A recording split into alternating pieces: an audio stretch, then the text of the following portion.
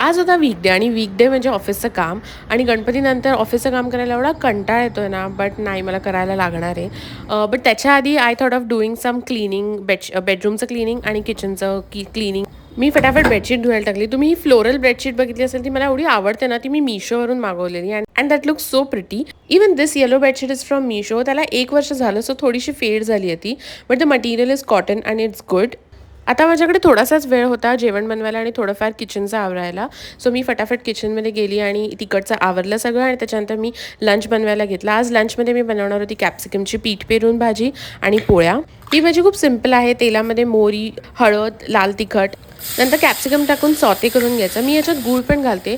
If you want you can add गूळ, साखर काही पण, बट तुम्हाला स्किप करायचं असेल तर you can skip that. Coriander powder टाकल्यावर, मीठ टाकल्यावर then you have to add the besan आणि थोडंसं शिजवू द्यायचं and the sabzi is ready.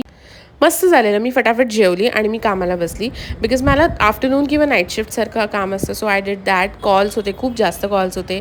संध्याकाळपर्यंत बसली. संध्याकाळी फटाफट माझ्या मील प्लॅनरमध्ये काही गोष्टी अपडेट करायच्या होत्या.